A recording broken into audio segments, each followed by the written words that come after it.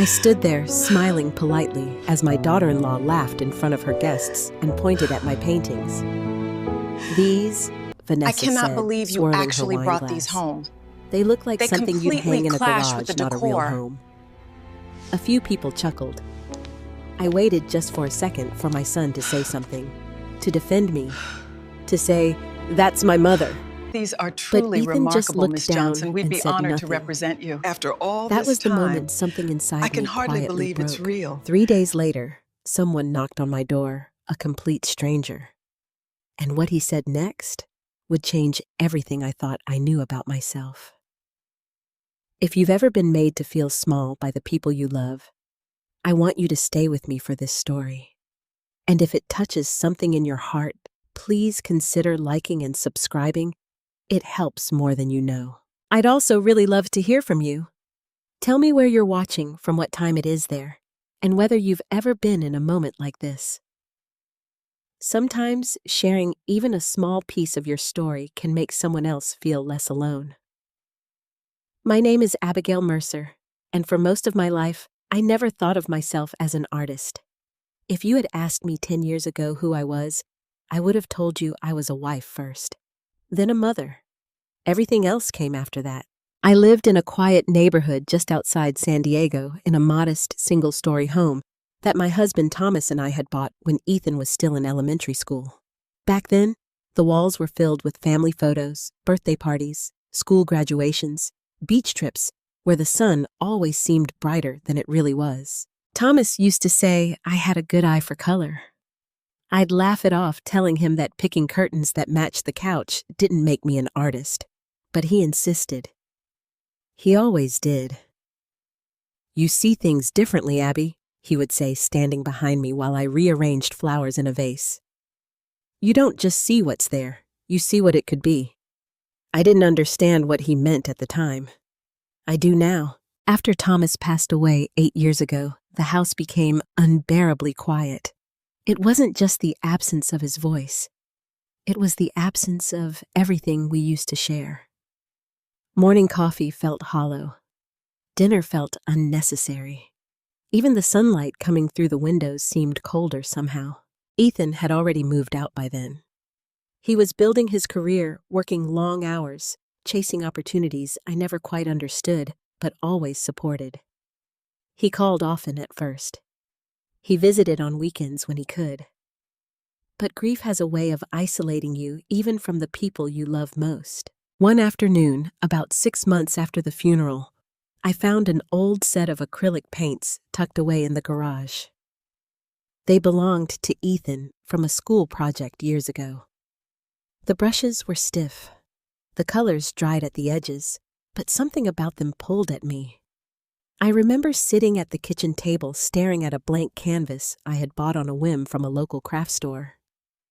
I didn't have a plan. I didn't even know what I was doing. I just started painting. At first, it was messy, uncertain, colors that didn't quite belong together, lines that didn't make sense. But as the hours passed, something shifted. For the first time since Thomas died, I wasn't thinking about what I had lost. I was creating something. That first painting wasn't good, not by any technical standard, but it meant something to me.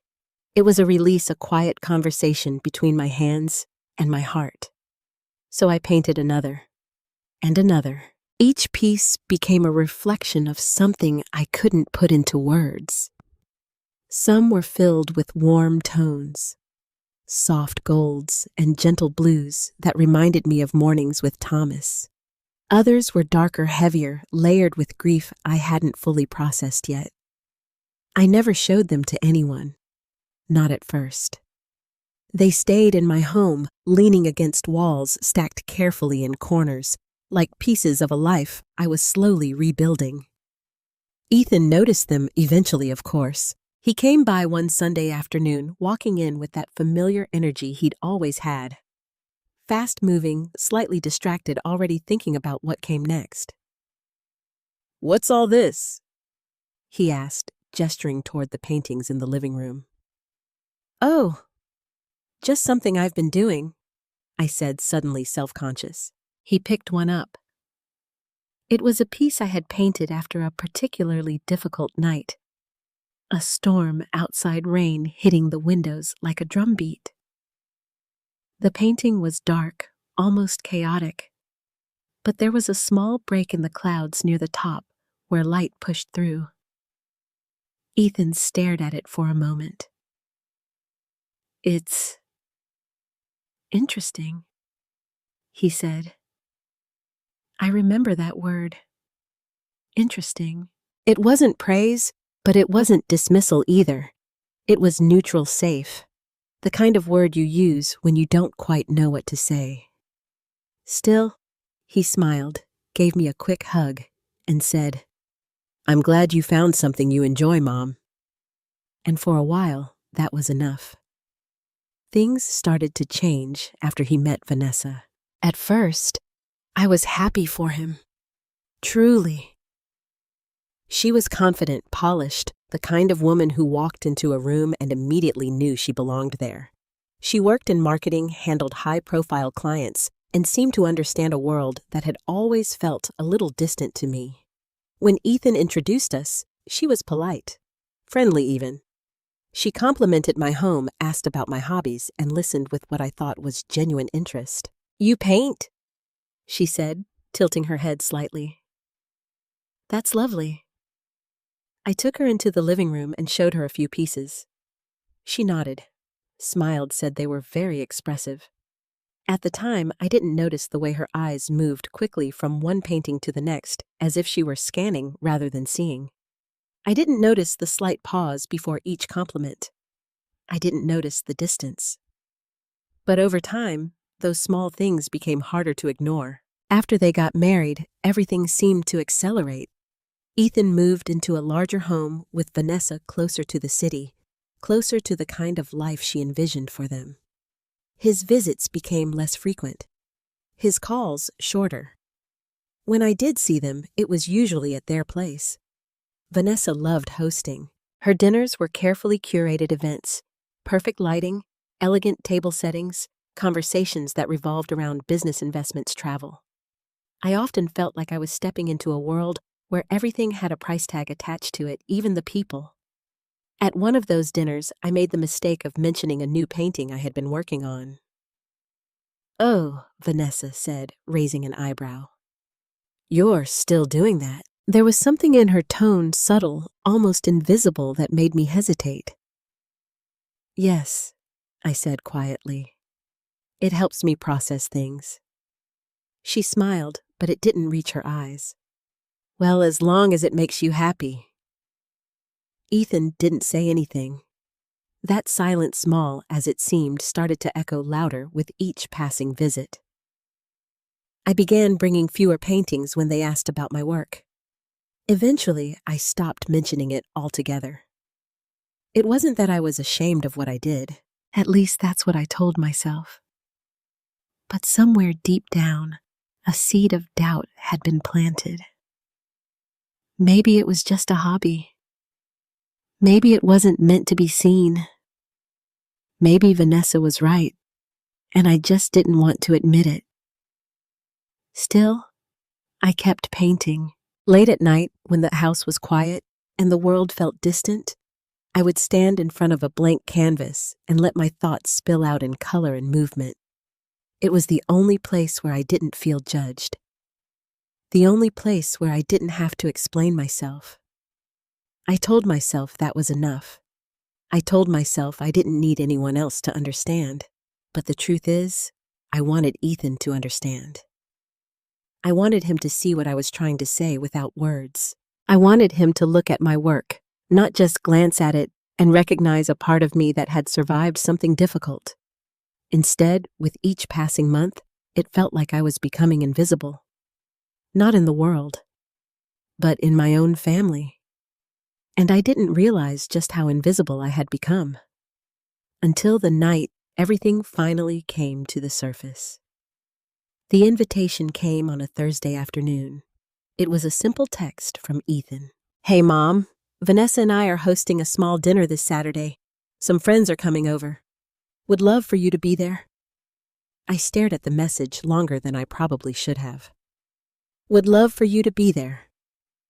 The words felt polite, thoughtful even, but something about them also felt distant, like an obligation wrapped in kindness. Still, he had asked. And no matter how complicated things had started to feel between us, he was still my son. So I said yes. Saturday evening arrived with that soft golden light California seems to hold on to just a little longer than anywhere else. I took extra time getting ready, standing in front of the mirror as I smoothed down my blouse, adjusting the necklace Thomas had given me years ago. You're overthinking it, I muttered to myself. It was just dinner, just family. But deep down, I knew it was more than that. Ethan and Vanessa's home sat on a quiet, upscale street not far from the city. The kind of neighborhood where every lawn was perfectly trimmed, every window spotless, every detail carefully curated. When I rang the doorbell, I could already hear laughter inside. Vanessa opened the door. "Abigail," she said brightly, leaning in for a quick airlight hug. "You made it, as if I might not have." "You look lovely," she added, stepping aside to let me in. "Thank you," I said, offering a small smile. The house was even more impressive than I remembered. High ceilings, modern furniture, large windows that let in just the right amount of evening light. Everything felt intentional, controlled. A few guests were already gathered in the living room, well-dressed, confident people who seemed completely at ease in this space. Conversations flowed easily, punctuated by soft laughter and the occasional clink of glasses. Ethan appeared a moment later. "Hey, Mom," he said, giving me a quick hug. "Glad you could come." I held on to that hug for just a second longer than he did. "Of course," I replied. "I wouldn't miss it." He smiled, but there was a distraction in his eyes, like his attention was already being pulled somewhere else. "Come meet everyone," he said, guiding me toward the group. Introductions were made, names I didn't quite catch. Professions that sounded impressive but distant. A couple worked in real estate, another in finance. Someone mentioned a startup that had recently been acquired. I nodded, smiled, listened, and felt completely out of place. At some point, Vanessa clapped her hands lightly, drawing everyone's attention.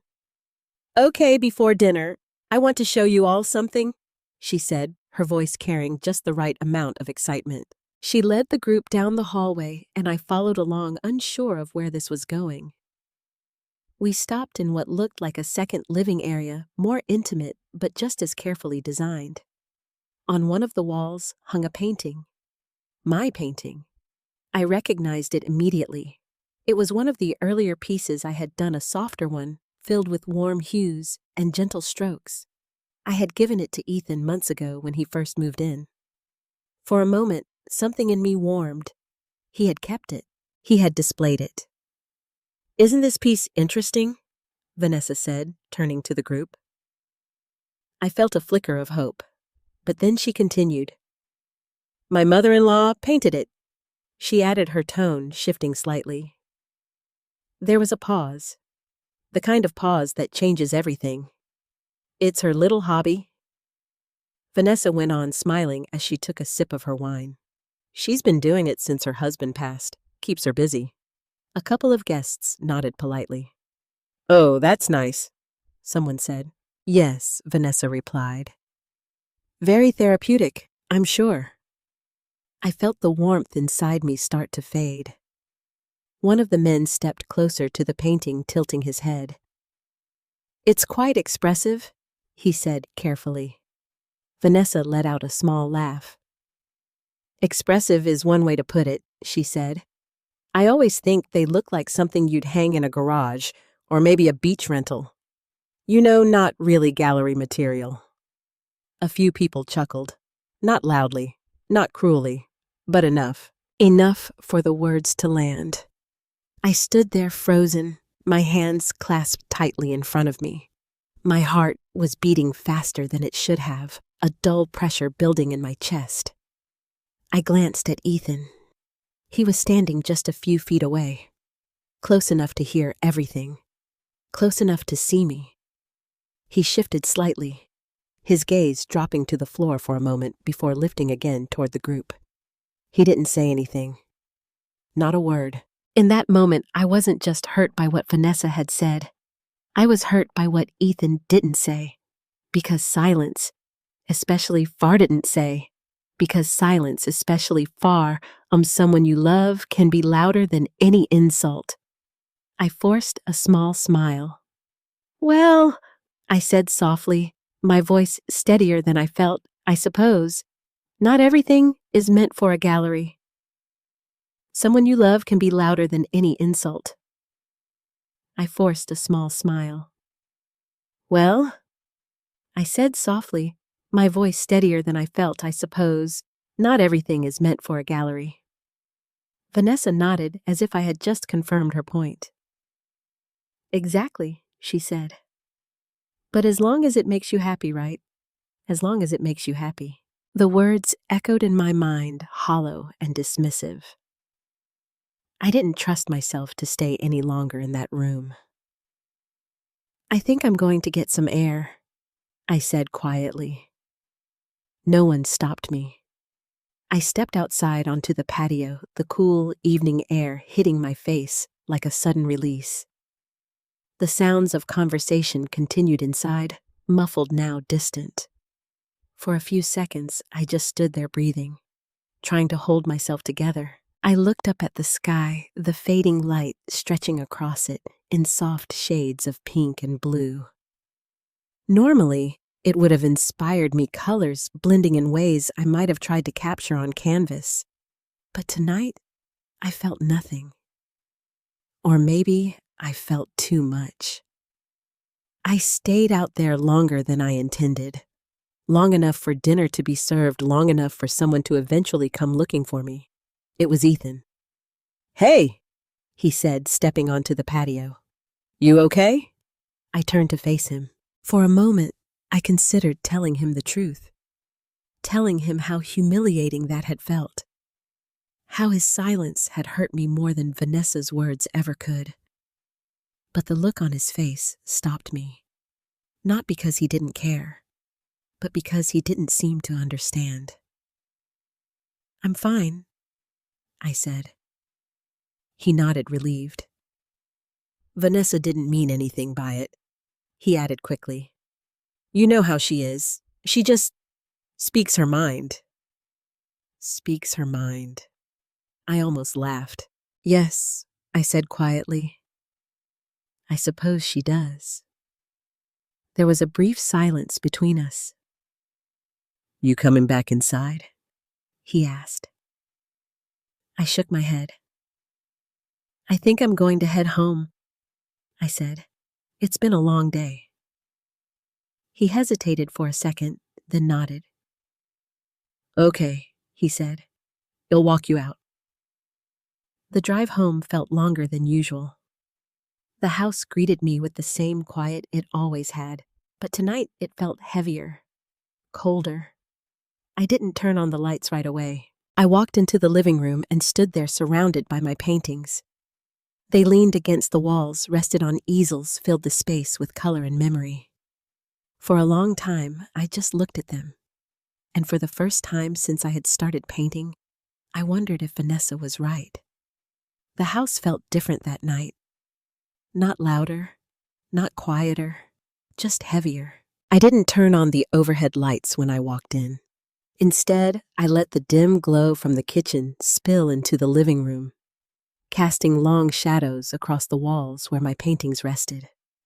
For a moment, I stood near the doorway, my hand still resting on the knob, as if I hadn't fully decided whether to stay or leave. As if this space no longer quite belonged to me. I let out a slow breath and stepped inside. The silence wrapped around me almost immediately thick and familiar. But tonight, it wasn't comforting. It pressed in from all sides, leaving too much room for thoughts I couldn't seem to quiet. Vanessa's voice echoed in my mind. Garage. not a real home. I walked slowly toward the nearest canvas. It leaned against the wall beside the window, one I had painted just a few weeks ago. Soft blues blending into pale golds, a quiet morning sky, inspired by the view Thomas and I used to wake up to on our anniversary trips. I reached out, running my fingers lightly across the surface. For years, these paintings had been something sacred to me. They weren't meant to impress anyone. They weren't meant to be judged. They were simply mine. But standing there, I saw them differently. Or maybe I saw myself differently. I stepped back, crossing my arms as I studied the piece again. Was it too simple? Too soft? Too insignificant? A small knot formed in my chest. I moved to another painting, the storm one Ethan had once called interesting. Darker tones, chaotic movement, a break of light barely visible through layers of gray. I used to be proud of that one. Now all I could see were flaws. The brushstrokes felt clumsy, the composition unbalanced, the emotion too obvious, almost desperate. I turned away quickly, unable to look at it any longer. "It's just a hobby." Vanessa's words slipped in again, smooth and effortless. "Keeps her busy." I let out a quiet laugh, though there was no humor in it. Maybe she wasn't wrong. Maybe I had been fooling myself all this time, thinking that what I created mattered in some deeper way, when really, it was just something to fill the hours, something to distract me from the emptiness Thomas left behind. I walked into the kitchen and poured myself a glass of water, my hands moving automatically. The routine felt grounding familiar, but my thoughts refused to settle. I thought about Ethan standing there earlier that evening, how he had avoided my eyes, how easily he had let Vanessa's words hang in the air without interruption. It wasn't just that he didn't defend my paintings. He didn't defend me. And that realization hurt more than anything Vanessa had said. Because Ethan knew me. He knew what those paintings meant. Or at least, I thought he did. I set the glass down on the counter, the soft clink echoing in the quiet space. Maybe I expected too much. Maybe I was holding on to a version of my son that no longer existed. I walked back into the living room slower this time, as if I were approaching something fragile, something that might break if I got too close. The easel in the corner held a blank canvas. I had started setting it up earlier that week, planning to begin a new piece. I had even sketched out a few ideas in my notebook, something inspired by the ocean, the way light reflects off the surface just before sunset. I had been excited, genuinely excited. Now standing in front of it, that feeling felt distant, almost foreign. I picked up a brush from the small table beside the easel. It was clean, unused, waiting, just like the canvas. For a moment, I considered dipping it into paint. Starting anyway. Ignoring everything Vanessa had said, everything I had started to believe, but my hand didn't move. Instead, I set the brush back down. What's the point? The thought came quietly, but it lingered. What's the point of creating something no one takes seriously? What's the point of pouring your heart into something, only to have it dismissed with a polite smile? Or worse, a laugh. I stepped back, shaking my head slightly as if I could physically push the thought away. But it stayed, persistent, uncomfortable, real. I turned toward the stack of canvases near the wall. Paintings I hadn't yet found a place for. Some were wrapped carefully, others left exposed, their colors catching the faint light from the window. I crouched down, pulling one out at random. It was older. One of the first I had painted after Thomas passed. The colors were uneven, the technique uncertain. But the emotion was raw, unfiltered. I remembered the night I painted it. I had cried for hours before I even picked up the brush. The grief had felt unbearable, pressing against my chest, like something that might suffocate me if I didn't let it out. That painting had been my release, my way of surviving, and now I was questioning whether it had ever mattered. I sat back on the floor, the canvas resting across my knees. "Maybe it didn't," I whispered. The words felt heavy, like they didn't quite belong to me, but I didn't know how to argue with them. Because the truth was, no one had ever told me my work mattered. Not really. Ethan had been kind, yes, supportive in a distant way, but he had never looked at my paintings the way Leonard would later. He had never seen them, and Vanessa had seen them, and decided they weren't worth much at all. I closed my eyes, pressing my lips together as a wave of emotion rose unexpectedly. It wasn't just sadness, it was doubt, the kind that settles deep quiet at first, but slowly reshaping everything you thought you understood about yourself. I stayed there on the floor for a long time, long enough for the night to fully settle in the last traces of daylight disappearing beyond the window. Eventually, I stood placing the painting back with the others. Carefully, respectfully. But something had shifted. I walked to the easel one last time, looking at the blank canvas. And this time, I didn't see possibility. I saw pressure, expectation, failure. With a quiet sigh, I reached out and turned the canvas, slightly angling it away from me, as if I didn't want it looking back. Then I covered it with a cloth. The motion was small, simple, but it felt like more than that, like closing a door. "I think that's enough," I said softly to the empty room. Enough trying, enough hoping, enough believing that something so personal could ever be understood by anyone else. I turned off the kitchen light, letting the house fall into darkness. And for the first time since I had picked up a brush all those years ago, I went to bed without painting. The next morning didn't feel any lighter. I woke up earlier than usual, not because I had slept well, but because I hadn't slept much at all.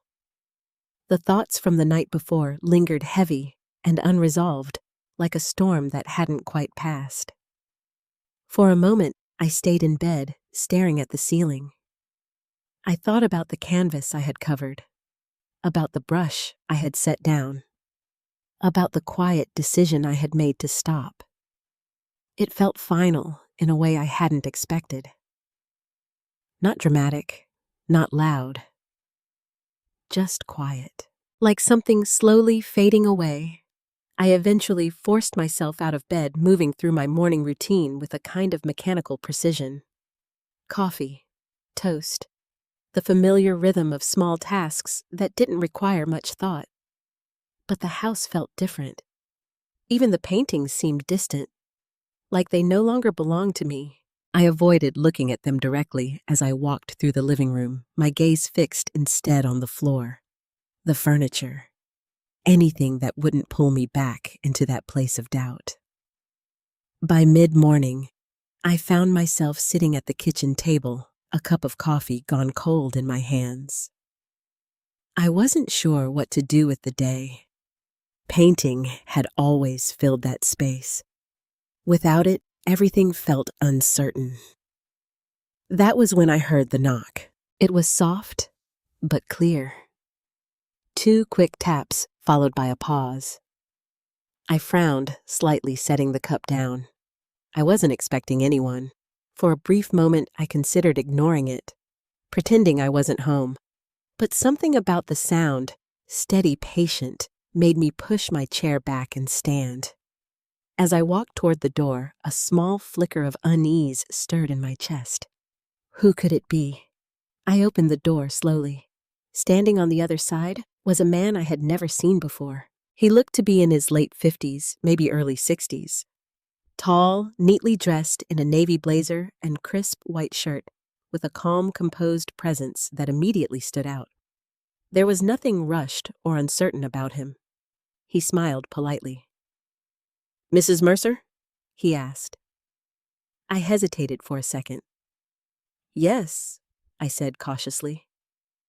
My name is Leonard Brooks, he continued, extending a hand. I hope I'm not intruding.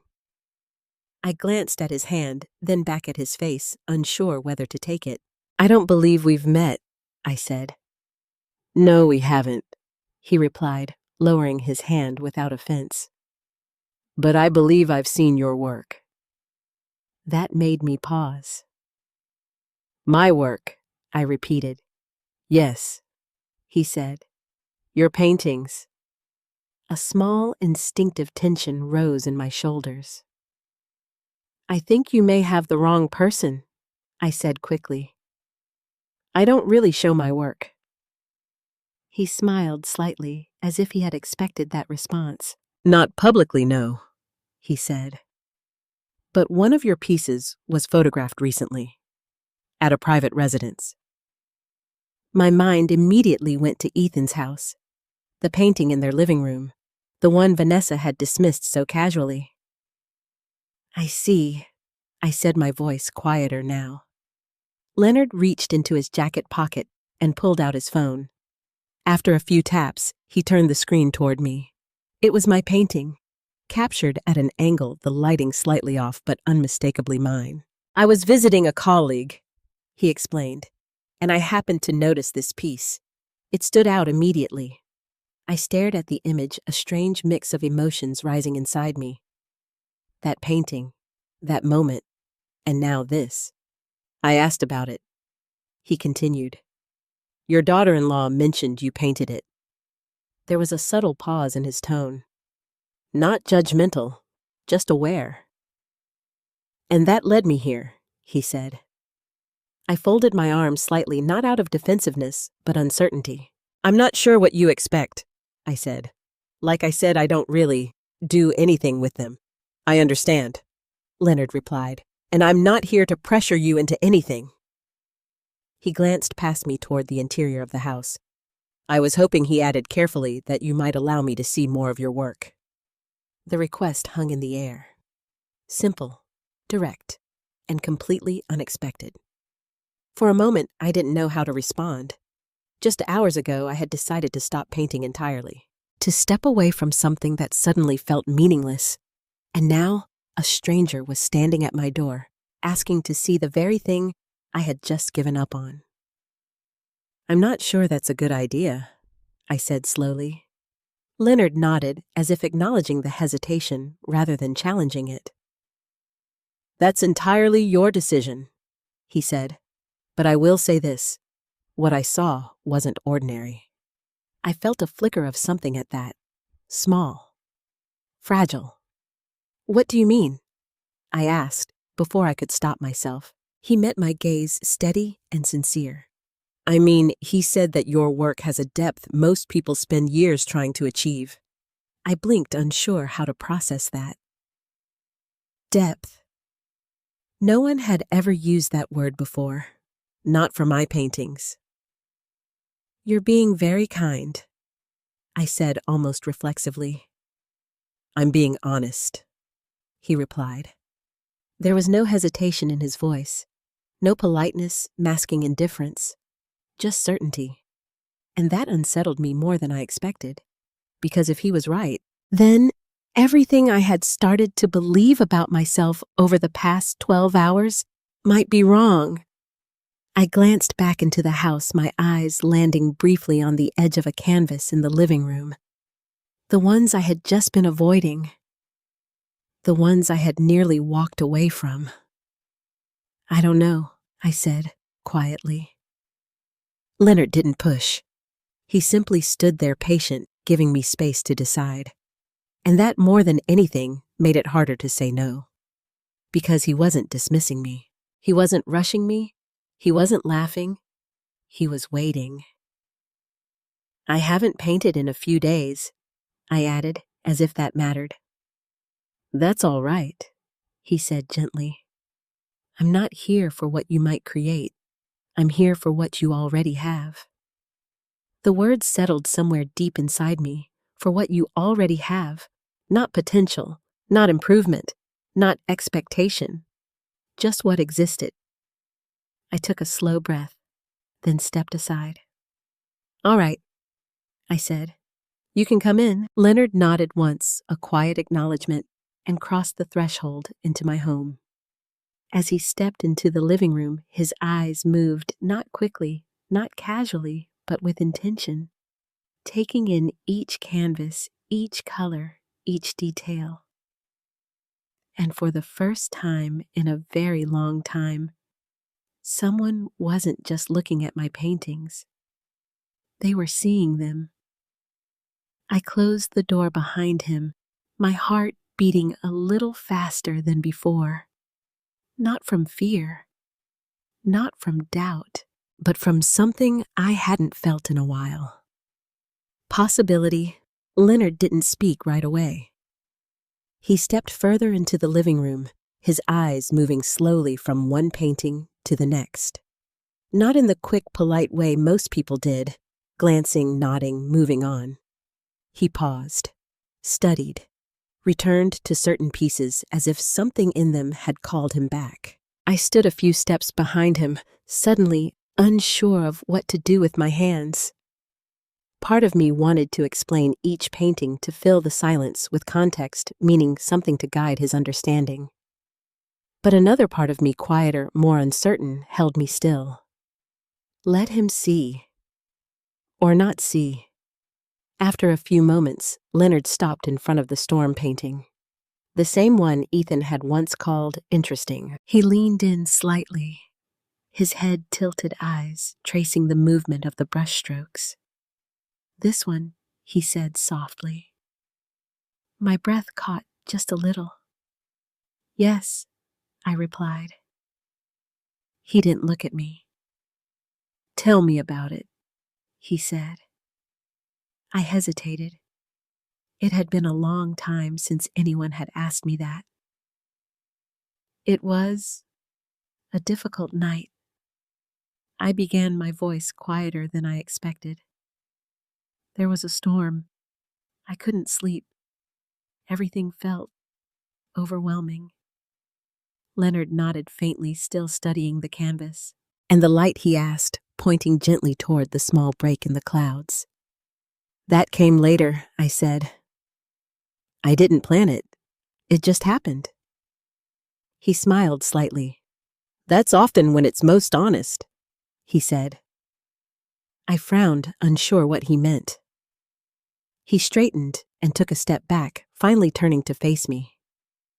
"What you've done here," he said, gesturing toward the painting, "isn't just visual. It's emotional structure." I blinked. "I'm not sure I understand," I admitted. "That doesn't surprise me," he said kindly. "Most artists don't nod at first." Artists. The word landed differently this time, not like a label, but like a recognition. "You've created tension." Leonard continued, turning back to the canvas. "The darker tones carry weight, grief, confusion, maybe even anger. But then you've allowed just enough light to break through, not to resolve the chaos, but to suggest the possibility of something beyond it." He paused, letting his words settle. "That balance," he added, "is very difficult to achieve." I stared at the painting, seeing it through his description, through his eyes. For years I had known what I felt when I painted, but I had never known how to explain it. And now someone else was doing it for me. Accurately. "You make it sound intentional," I said. He glanced at me again. "It is," he replied, "even if you didn't consciously plan it." I shook my head, slightly overwhelmed. "I don't have any formal training," I said. "I've never studied technique or theory or any of that. I just paint what I feel." Leonard smiled. "That's precisely why this works," he said. He moved on to another painting, one of the softer ones filled with warm tones and gentle transitions. "This piece," he said, "feels completely different." "It is," I said. "That one was happier." I can see that, he replied. But it's more than just happiness. He stepped closer, his voice lowering slightly. There's a sense of memory here, he said. Not immediate emotion, but something reflected. Like you're not just experiencing it, you're remembering it. I felt a sudden tightness in my throat. That's exactly what it is, I whispered. It was from one of my trips with Thomas. A morning by the ocean sunlight stretching across the water. I hadn't told Leonard that, and yet he saw it. You've captured distance, he continued. Not physical distance, but emotional distance, the kind that comes with time. I looked at him, my chest rising slightly with each breath. How can you tell? I asked. He met my gaze calmly. Because it's in the way you use light, he said. It doesn't sit on the surface. It feels remembered. Something inside me shifted at that. For so long, I had felt like my paintings were invisible to others. Or worse, misunderstood, reduced to something simple, something insignificant. And now, standing in my own living room, listening to this man describe my work with a level of clarity I had never experienced. I felt seen, not politely acknowledged, not tolerated, seen. Leonard moved slowly through the rest of the room, stopping at different pieces, offering observations that were never rushed, never superficial. He noticed things I hadn't realized I had done. Patterns in color, recurring shapes, subtle changes in brushwork that reflected shifts in emotion over time. At one point, he stood in the center of the room, turning slightly as he took everything in at once. You've been documenting something? He said. I frowned. What do you mean? Your journey, he replied simply. Grief healing, memory, acceptance. It's all here. I swallowed hard. I didn't mean to do that, I said. He nodded. I know, he said. That's what makes it powerful. There was a long pause after that. The kind that doesn't feel empty, but full of realization, full of something quietly unfolding. I almost stopped, I said suddenly. The words slipped out before I could stop them. Leonard turned to me. Stopped, he repeated. Last night, I said, after something that happened. I didn't go into detail. I didn't mention Vanessa, or the dinner, or the laughter, but I didn't need to. He seemed to understand enough. And this morning I continued. I covered that canvas. I gestured toward the easel in the corner, the one still hidden beneath a cloth. I told myself it wasn't worth it anymore. Leonard followed my gaze, then walked over to the easel. He didn't remove the cloth right away. Instead, he turned back to me. May I? He asked.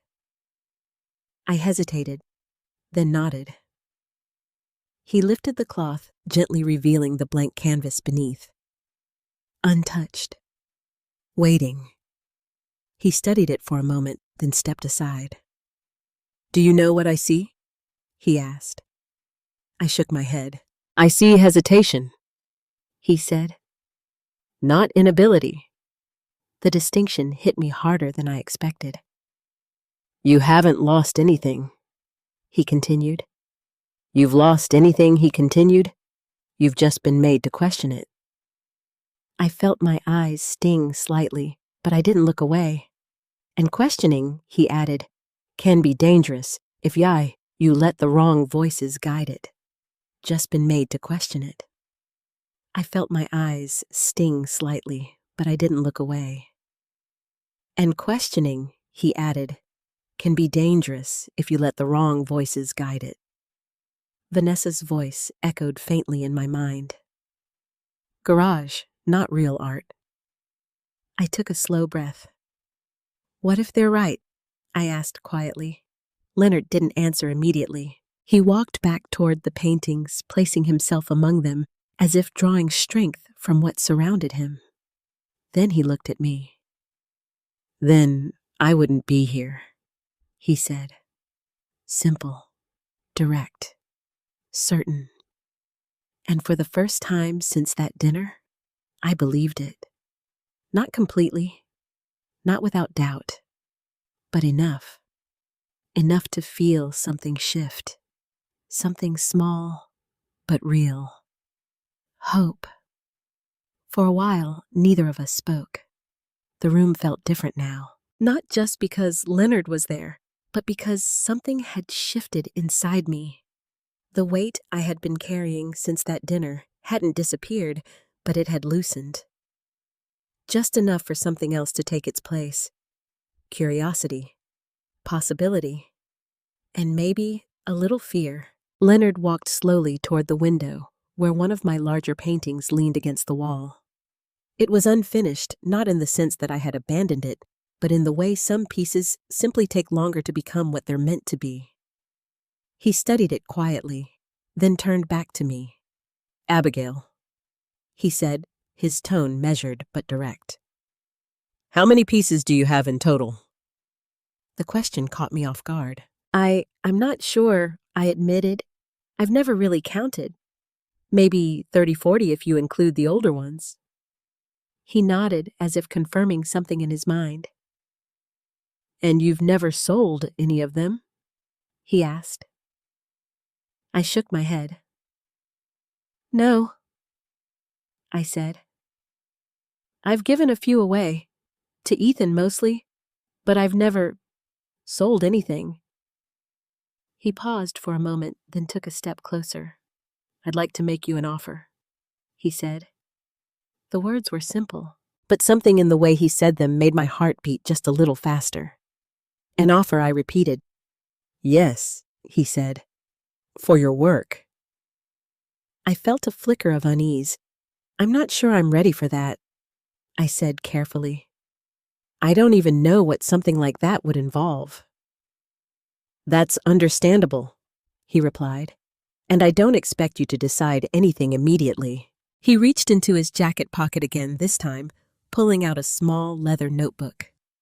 He opened it, flipping through a few pages before stopping. I work with several private collectors, he explained. And I also advise a gallery in Los Angeles that focuses on emerging artists, particularly those whose work carries a strong emotional narrative. Emerging artists. The phrase felt strange when applied to me.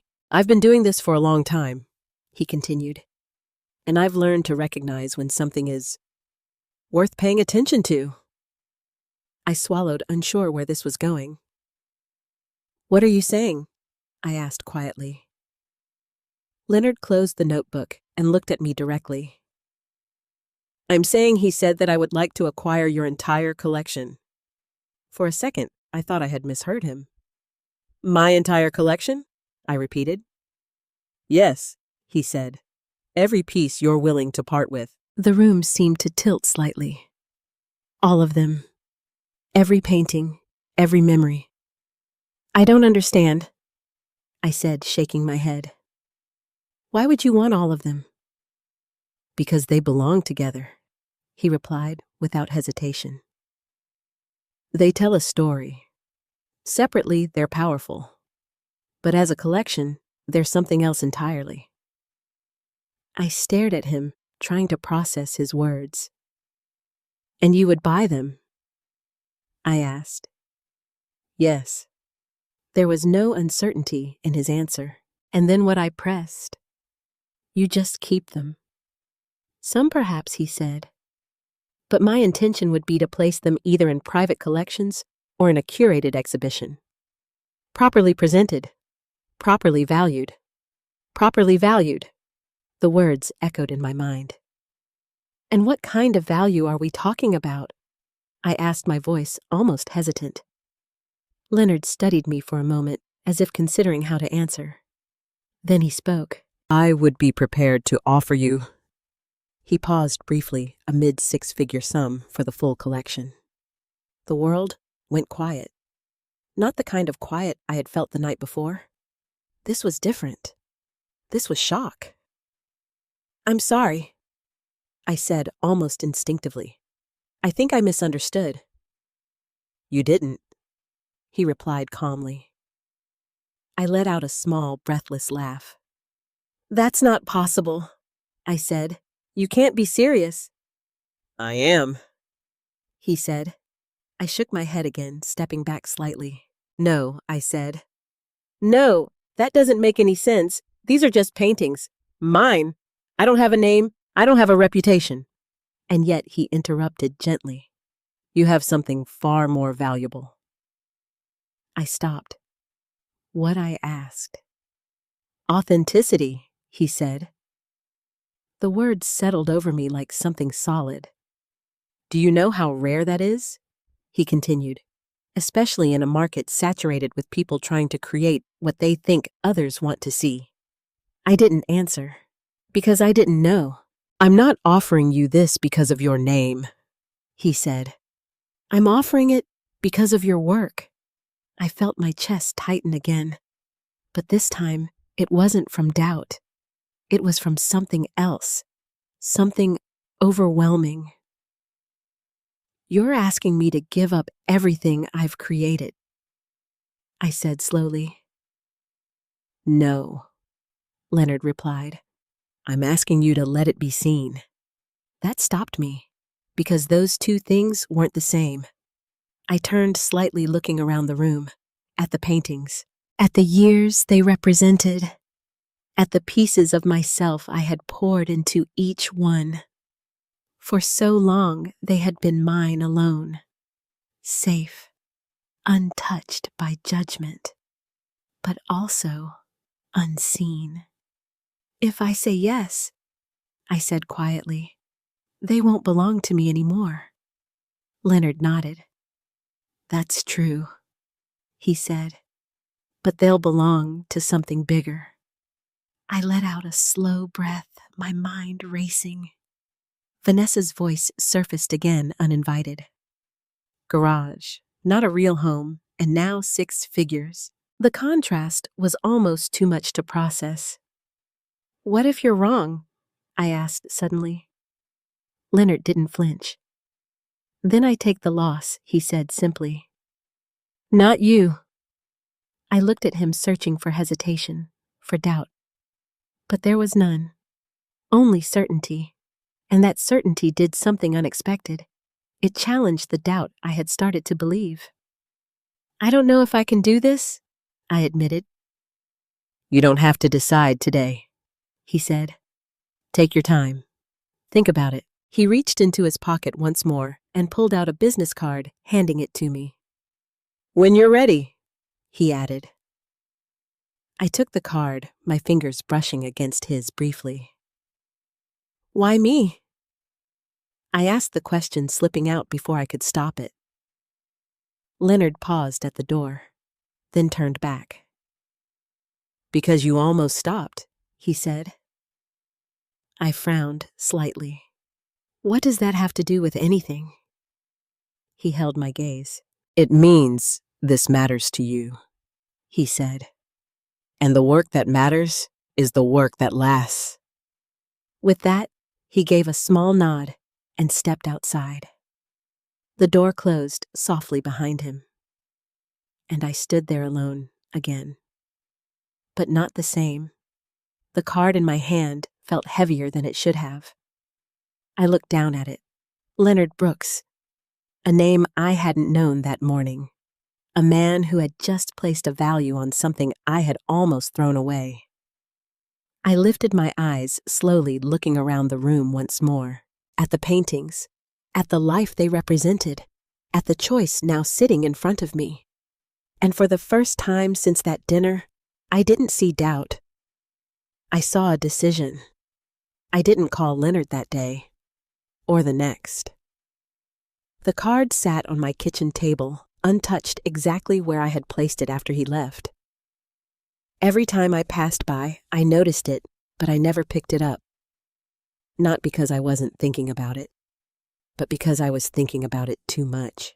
The offer lingered in my mind like something unreal, something that didn't quite belong to my life. 6 figures. For paintings I had created alone in silence without expectation of anyone ever seeing them. It didn't make sense, and yet it did. I found myself walking through the house more slowly than usual, stopping in front of different paintings, studying them in a way I hadn't before. Not as their creator, but as if I were trying to see what Leonard had seen, the storm painting, the one filled with quiet light.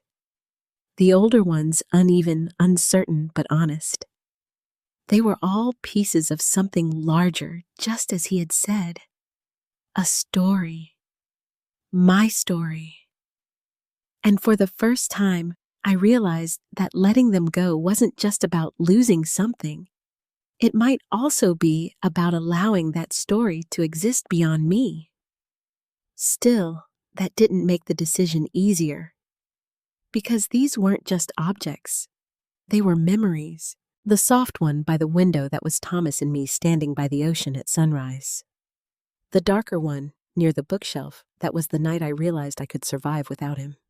Each canvas held something I couldn't recreate, something I couldn't replace, and Leonard was asking me to give them up, or perhaps to release them. I sat at the kitchen table that afternoon, finally picking up the card. Leonard Brooks. The name felt more familiar now, more real. I turned it over in my hand, my fingers tracing the edges. What would Thomas say? I murmured softly. The question surprised me, because I already knew the answer. He would tell me to take the chance, to trust what I had created, to stop hiding. You see things differently, Abby. His voice echoed faintly in my memory, not as a sound, but as something deeper, something steady. I closed my eyes for a moment, letting that memory settle.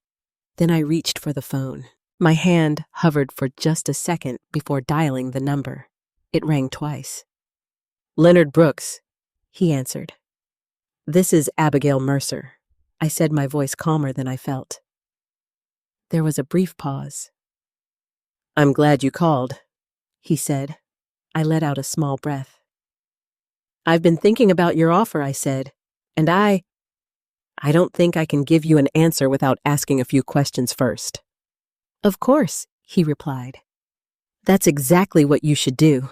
I nodded, even though he couldn't see me. If I agree, I began slowly. What happens to the paintings? They would be professionally evaluated, documented, and prepared for placement, he said. Some would likely go into private collections. Others I would recommend for exhibition. Exhibition, I repeated. Yes, he said. In the right setting, with the right context, your work could be introduced properly. Properly? The word felt important, and you would handle all of that, I asked. Yes, he said, but always with your input. This wouldn't be done without your consent. That mattered, more than the money. And what about control, I asked. I don't want them to be treated like decorations, or worse, misunderstood. Leonard's tone shifted slightly more serious now. I wouldn't be standing here if I intended to reduce your work to that, he said. Your paintings deserve respect. That's non-negotiable. I let his words settle. Then I spoke again. If I do this, I said, I need to know that they won't be taken out of context, that they'll be presented as a collection, not just separated and sold off without meaning. If I do this, I said, I need to know that they won't be taken out of context, that they'll be presented as a collection, not just separated and sold off without meaning. There was a brief silence on the other end. Then that's a reasonable condition, he said. And one I agree with. I felt something inside me relax just a little. And one more thing, I added. Yes, I want to be involved, I said. Not just in the decision to sell, but in how they're shown, how they're introduced. I don't want to disappear from something that is so much a part of me. Leonard didn't hesitate. Then you won't, he said. If anything, this would be the beginning of your presence, not the end of it. The beginning. The idea felt both exciting and terrifying. I stood there in the kitchen, the phone pressed to my ear, my heart beating steadily now. This was it, the moment where I either stepped forward or stepped back. I'm not doing this just for the money, I said quietly. I know, Leonard replied, and I'm not doing it because someone else suddenly sees value in it, the moment where I either stepped forward or stepped back.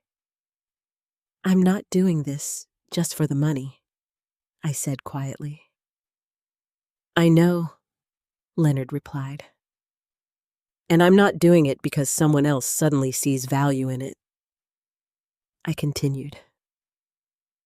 I understand. I took a slow breath.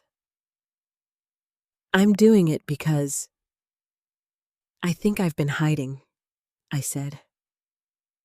And I don't want to do that anymore. There was a softness in Leonard's voice when he responded. Then you're making the right decision. I closed my eyes briefly, then opened them again.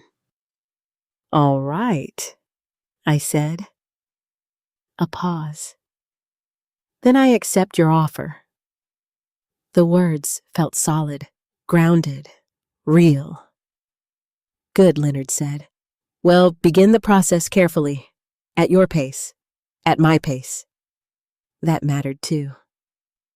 After we ended the call, I stood there for a long time, the phone still in my hand. The house was quiet again, but it didn't feel heavy anymore. It felt open.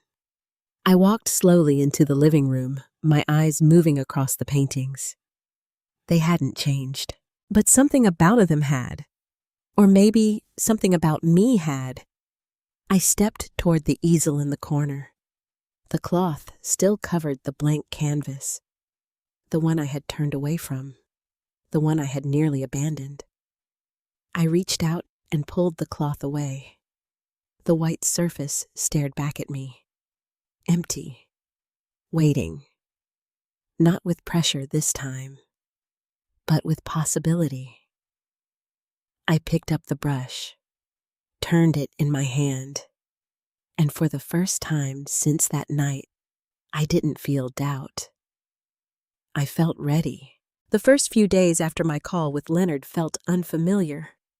Not in a frightening way, but in the quiet, disorienting way life sometimes shifts before you fully understand what it's becoming. There was no dramatic change at first, no sudden transformation, just small differences, subtle but undeniable. I woke up earlier, not because I had to, but because I wanted to. There was a sense of anticipation I hadn't felt in years, a quiet pull towards something waiting for me. For the first time in a long time, that something wasn't the past. It was the present, and maybe even the future. I found myself standing in front of the easel again that morning, the blank canvas no longer intimidating. It felt like an invitation. I picked up a brush, dipped it into paint, and this time, I didn't hesitate. The first stroke came slowly, carefully, as if I were reacquainting myself with something I had almost lost. But then another followed, and another, and before I realized it, the rhythm returned. Familiar, natural, mine. I wasn't thinking about Vanessa, or the dinner, or even Leonard's offer. I was just painting, and for those few hours, nothing else mattered. When I finally stepped back, my hand slightly sore, my heart felt lighter. Not because everything was resolved, but because I had found something I thought I'd lost. Myself. That afternoon, Leonard called. Good timing, he said when I answered. I was just reviewing some preliminary options for your collection. The word collection still felt surreal. I painted this morning, I told him. There was a brief pause. I'm glad, he said, not surprised, not overly enthusiastic. Just glad, as if he had expected it. We'll begin documenting your work later this week. He continued. I'd also like to introduce you to a curator I trust. Her name is Rachel Stein. She has a strong eye for narrative-driven exhibitions. I leaned against the kitchen counter, listening carefully. Do I need to prepare anything, I asked? Just be yourself, he said, and be ready to talk about your work. I smiled faintly at that. That might be the hardest part, I admitted. You already know how, he replied. You just don't realize it yet. After we hung up, I stood there for a moment, letting the conversation settle. A curator, an exhibition. These weren't words I had ever imagined applying to my life, and yet here they were. Later that week, Leonard returned, this time with Rachel. She was younger than I expected, perhaps in her early 40s, with sharp eyes and an attentive presence that reminded me a little of Leonard, though her energy was quicker, more immediate. Abigail, she said warmly, shaking my hand. I've heard quite a bit about your work. I glanced briefly at Leonard. Only good things, I hope, I said. Rachel smiled. Very good things, she replied. We spent hours going through the paintings. Not just looking at them, but discussing them. She asked questions no one had ever asked me before. What were you feeling when you painted this? Why did you choose this color here instead of something brighter? What does this transition mean to you? At first, I stumbled. My answers felt uncertain, incomplete. But as time went on, something shifted. The words came more easily, not because I was trying to impress her, but because I was finally allowing myself to speak, to explain, to claim ownership of what I had created. At one point, Rachel stood in front of a series of paintings, 3 pieces I had completed over the span of a year. These belong together, she said. I nodded slowly. I didn't realize that at the time, I admitted. But looking at them now, I see it. She turned to Leonard. There's a clear narrative here, she said. Lost transition reconstruction. It's not just visual, it's chronological. Leonard smiled slightly. That's what I saw too. I watched them as they spoke, a strange feeling rising in my chest. For so long, my paintings had existed in silence. Now they were being discussed, interpreted, understood, and not dismissed, not reduced, understood. By the end of the afternoon, Rachel turned back to me. I'd like to propose something, she said. My heart skipped slightly. What kind of something, I asked. A curated exhibition, she said, centered around your work as a cohesive narrative. Not scattered pieces, but a story. A story. Mine. It wouldn't be large at first, she continued, but it would be intentional, focused, and done properly. I felt my breath catch. This was more than I had expected, more than I had imagined. I don't know what to say, I admitted. You don't have to say anything yet, she said. Just think about it. Think about it. That seemed to be a recurring theme. But this time, the thought didn't feel overwhelming. It felt exciting. After they left, I walked through the house again, but everything looked different now. The paintings weren't just memories anymore. They were part of something larger, something moving forward. I stopped in front of the storm painting, the same one Vanessa had laughed at, the same one Leonard had praised, the same one Rachel had studied with quiet intensity. I tilted my head slightly, studying it again. Not with doubt, but with curiosity. What do you see? I murmured to myself. And for the first time, the answer wasn't shaped. The first time, the answer wasn't shaped B. Why? Someone else's voice. That evening, my phone buzzed. A message from Ethan. Hey, Mom, haven't heard from you in a few days. Everything okay? I stared at the screen for a long moment. A few days. That's all it had been. And yet he's someone else's voice. That evening my phone buzzed. A message from Ethan. "Hey, Mom, haven't heard from you in a few days. Everything okay?" I stared at the screen for a long moment. A few days. That's all it had been. And yet it felt like so much more. I thought about the dinner, about the silence, about everything that had followed. And then I looked around the room, at the paintings, at the life quietly unfolding in front of me. "I'm fine," I typed back, then paused, before adding, "Just been a little busy." Busy. The word felt almost foreign, but also true, because for the first time in a very long time, I wasn't waiting for someone else to define my worth. I was discovering it myself, and I had a feeling. This was only the beginning. The first sign that something was about to change came quietly. Too quietly. It was a Saturday afternoon, and I had just finished reviewing a preliminary layout Rachel had sent over for the exhibition. She had titled it, "Echoes of Becoming." I had stared at those words for a long time, because somehow they felt like me. I was just about to close my laptop when my phone rang. "Ethan." I hesitated before answering. "Hi, Mom," he said, his voice unusually tense. "Hi," I replied. "Everything okay?" There was a pause. "Yeah," he said quickly. "Yeah, everything's fine. I just wanted to ask you something." Something in his tone made my stomach tighten slightly. "What is it?" I asked. "I was talking to Vanessa earlier," he began, "and she mentioned that someone contacted her about one of your paintings." I felt a small shift inside my chest. "Someone?" I repeated. "Yeah," he said. "Some guy. Said he was an art consultant or something. Asked about the piece in our living room."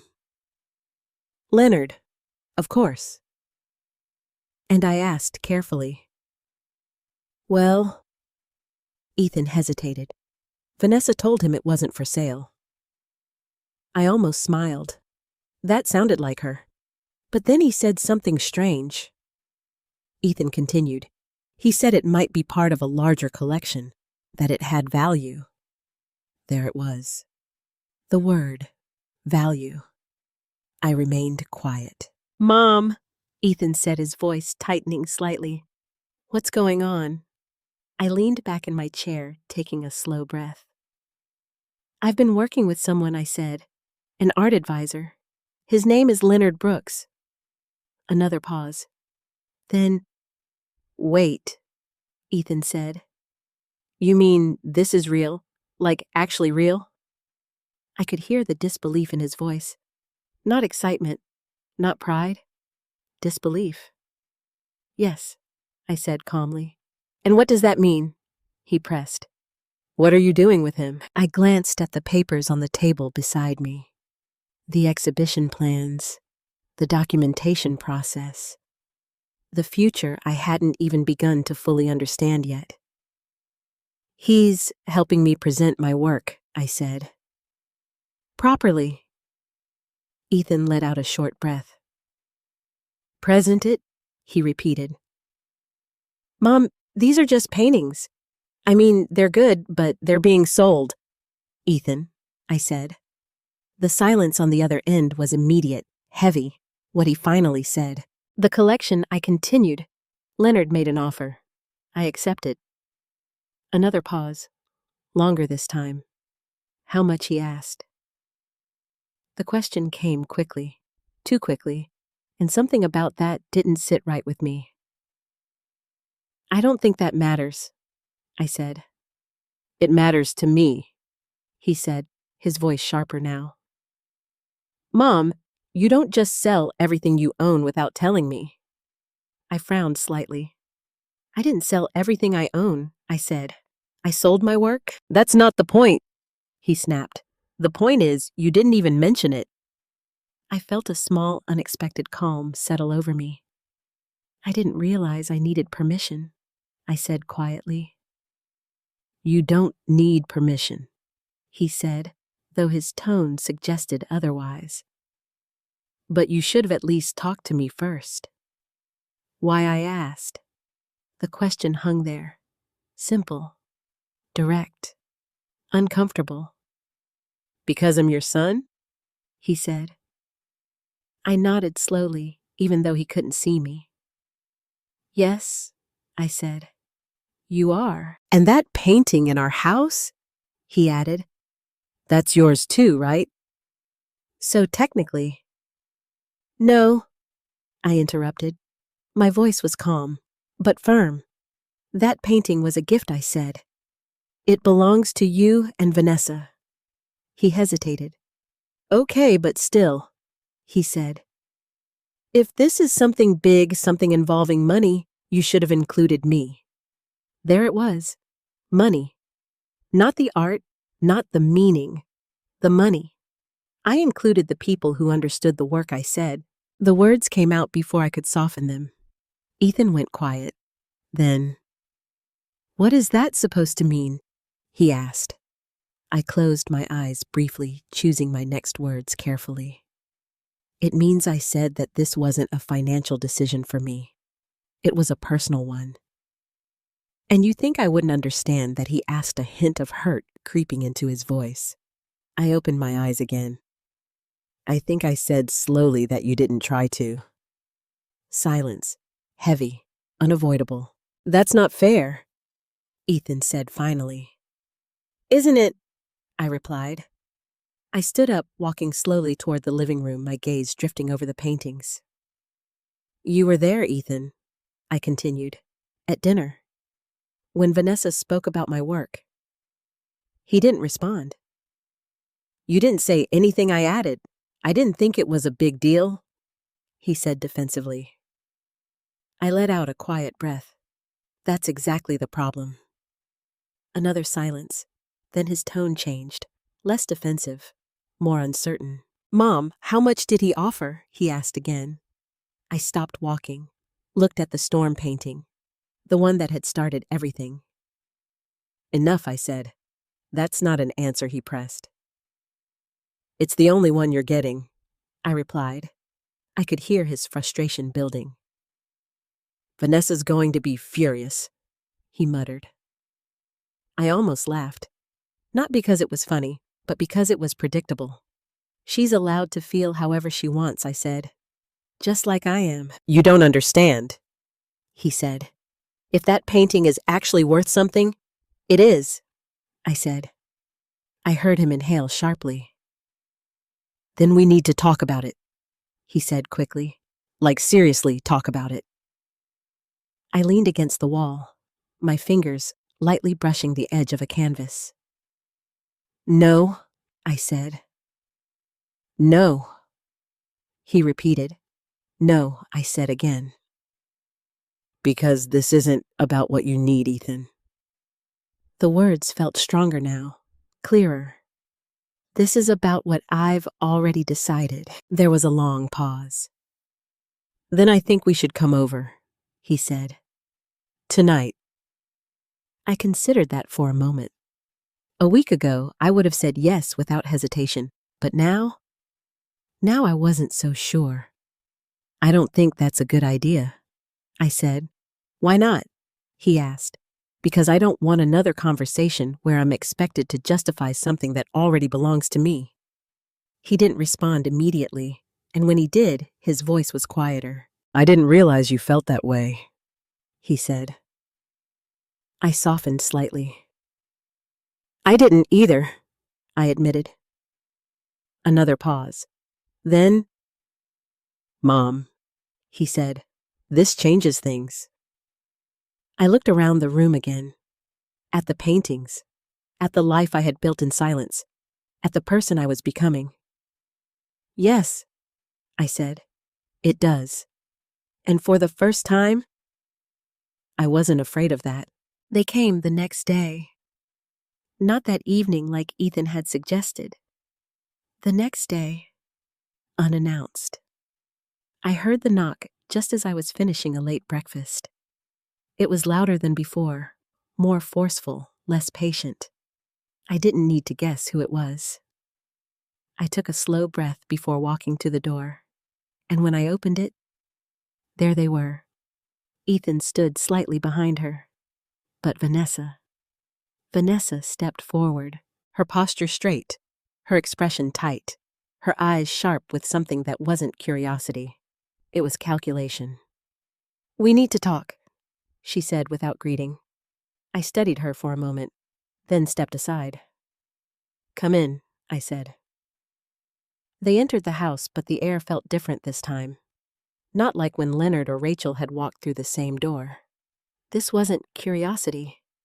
This wasn't respect. This was tension. Vanessa's eyes moved immediately around the room, scanning the paintings with a different kind of attention now. Not dismissive, not amused. Focused. Evaluating. "So these are them," she said quietly. I didn't respond. Ethan shifted awkwardly near the doorway. "Mom," he began. Vanessa cut him off with a small motion of her hand. "How much?" she asked. Direct. Sharp. No attempt to soften it. I looked at her. "Good morning to you too," I said calmly, her lips pressed into a thin line. "This isn't about pleasantries," she replied. "This is about something you've clearly been hiding." "I haven't been hiding anything," her lips pressed into a thin line. "This isn't about pleasantries," she replied. "This is about something you've clearly been hiding." "I haven't been hiding anything I said." "Oh, really?" she shot back. "Because from what I understand, you're sitting on a collection worth hundreds of thousands of dollars, and we're just finding out about it now." There it was again. Money. Always money. I folded my hands lightly in front of me. "I didn't realize my personal work required a family announcement," I said. Vanessa let out a short, humorless laugh. "Personal," she repeated. "That painting in our house, was that personal too? Or was that just a convenient way to place an asset without anyone questioning it?" Ethan flinched slightly. "Vanessa," he said. But she didn't stop. "Do you even understand what that piece could be worth?" she continued.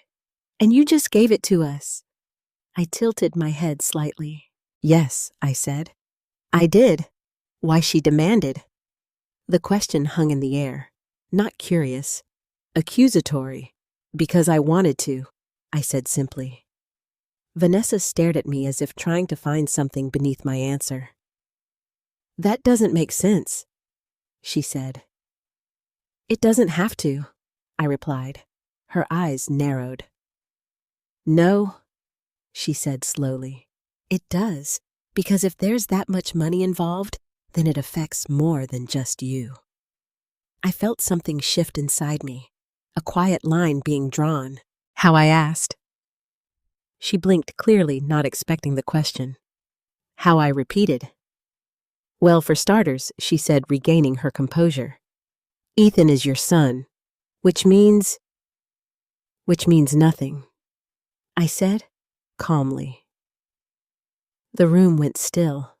Ethan looked between us, his expression tightening. "Mom," he began. But I didn't look at him. I kept my eyes on Vanessa. "This isn't an inheritance discussion," I said. "This is my work, my decision." Vanessa took a step closer. "You're being naive," she said. "You think this is just about art, but it's not. It's about value, real value, and if you don't hand-lay it properly, you could lose everything. You're being naive," she said. "You think this is just about art, but it's not. It's about value, real value, and if you don't handle it properly, you could lose everything." I almost smiled, because that was exactly what she didn't understand. "I'm not losing anything," I said. "You could," she insisted, "if you trust the wrong people." Leonard is not the wrong person, I said. Her expression sharpened at the name. So you do trust him, she said. Yes, I replied. More than your own family? She asked. The question landed heavily, but not in the way she expected. I considered it for a moment, then answered. I trust the people who respect what I've created, I said. Silence.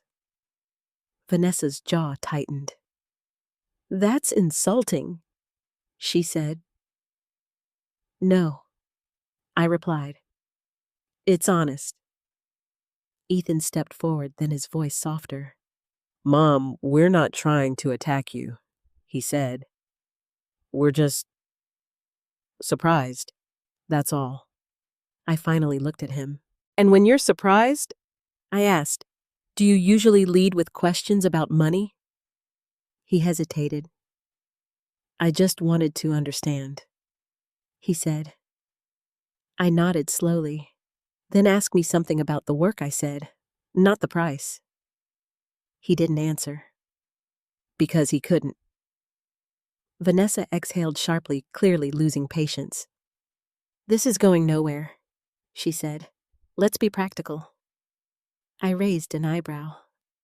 Practical, she said. That painting in our house? We need to have it appraised. Properly. You can do whatever you like with it, I said. It's yours. She blinked, caught off guard. And the rest? She asked. What about them? I replied. If they're being sold as a collection, she said, then we need to understand how that affects the value of the individual pieces. I stared at her for a moment, and then I understood. This wasn't about concern. This wasn't about family. This was about positioning, control, leverage. You're trying to negotiate, I said quietly. Her expression didn't change, but her silence confirmed it. I'm trying to make sure no one makes a mistake, she said. No, I replied. You're trying to insert yourself into something that doesn't belong to you. Ethan stepped in again, more urgently now. Mom, that's not fair, he said. We're just trying to help. I shook my head gently. No, I said. You're trying to benefit. The truth hung in the air. Uncomfortable, unavoidable. Vanessa's composure finally cracked. Do you have any idea what you're saying? She snapped. We're your family. Yes, I said. And I love you, I added, looking at Ethan. But that doesn't give you ownership over my life. The room fell silent. Even Vanessa had no immediate response, because this time there was nothing left to argue, nothing left to twist. Only the truth. And for the first time since they had walked through that door, I wasn't the one on the defensive. For a moment, no one moved. The silence in the room wasn't empty. It was heavy, dense, with everything that had just been said, and everything that could no longer be taken back. Vanessa stood rigid, her eyes locked on me as if she were trying to force a different outcome simply by refusing to accept the one unfolding in front of her. Ethan looked lost. Not angry, not even defensive anymore, just unsure. And that more than anything told me how far things had shifted, because for the first time, they didn't know how to control the situation. I think we need to slow this down, Ethan said finally, his voice quieter, more careful now. Vanessa didn't look at him. We're not slowing anything down, she replied sharply. We're clarifying it. I tilted my head slightly. No, I said. We already have. Her gaze snapped back to me. You don't get to shut this conversation down, she said. I'm not shutting it down, I replied calmly. I'm finishing it. That landed harder than I expected. Even Ethan looked at me differently. Mom, he said almost cautiously. Can we just sit and talk about this like what I asked gently, like a family, he said. I held his gaze for a moment. Then I walked toward the armchair near the window and sat down slowly. I am talking like a family, I said, just not the kind that ignores reality to keep things comfortable. Vanessa let out a frustrated breath. This is unbelievable, she muttered. You're acting like we've done something wrong. I didn't raise my voice, but I didn't soften it either. You didn't take me seriously, I said. That's not true, she shot back immediately. It is, I replied. She opened her mouth to argue, but I continued. You dismissed my work, I said. You reduced it. You laughed about where it belonged. Her expression tightened. That was a joke, she said. No, I said, quietly. It wasn't. The truth of it hung between us. Uncomfortable. Irrefutable. And even if it had been, I added, you never stopped to consider how it might feel. Vanessa crossed her arms. So now this is about feelings, she said. I looked at her. No, I said. This is about respect. That word seemed to land differently, because for a brief moment, she didn't have a response. Ethan stepped forward again, more carefully this time. Mom, I didn't realize it meant that much to you, he said. I believed him, at least partly. That's exactly the problem, I said. You didn't realize it, and you didn't try to. He looked down briefly. Guilty, and that softened something in me, but not enough to step back. Because I had already stepped back too many times before. I'm not asking for an apology, I said, and I'm not trying to punish anyone. Vanessa gave a small, skeptical laugh. It certainly feels like it, she said. I met her gaze. That's because you're used to having influence, I said. Her expression hardened. And now, she challenged. And now, I said calmly, you don't. The shift was undeniable. For the first time since she had walked into my home, Vanessa didn't have the upper hand, and she didn't know how to handle it. You think this is some kind of power play? She asked, her voice rising slightly. No, I replied. I think this is me deciding where I stand. And where is that? She demanded. I stood up slowly, not rushed, not defensive, just certain. It's here, I said. In my home, in my work, in my decisions. Ethan looked at me, something like realization flickering across his face. You've changed, he said quietly. I considered that for a moment, then nodded. Yes, I said. I have. Vanessa shook her head. No, she said. You're just reacting. This is temporary. I almost smiled, because that was exactly what she needed to believe. It's not, I said. She stepped closer, her voice lower now, more controlled. You're making a mistake, she said. You're pushing your family away over something that matters to me, I interrupted. Her jaw tightened. You're choosing strangers over us, she said. I didn't hesitate. I'm choosing respect, I replied. That was the moment, the exact moment something in her broke, not loudly, not dramatically, but visibly. Her confidence faltered, just for a second. And in that second, everything changed. Fine, she said sharply, stepping back. If that's how you want it, then don't expect us to be part of it. Ethan turned to her, startled. Vanessa. But she was already heading toward the door. Let's go, she said. He hesitated, looking at me, looking at her. caught in between. "Mom," he said softly.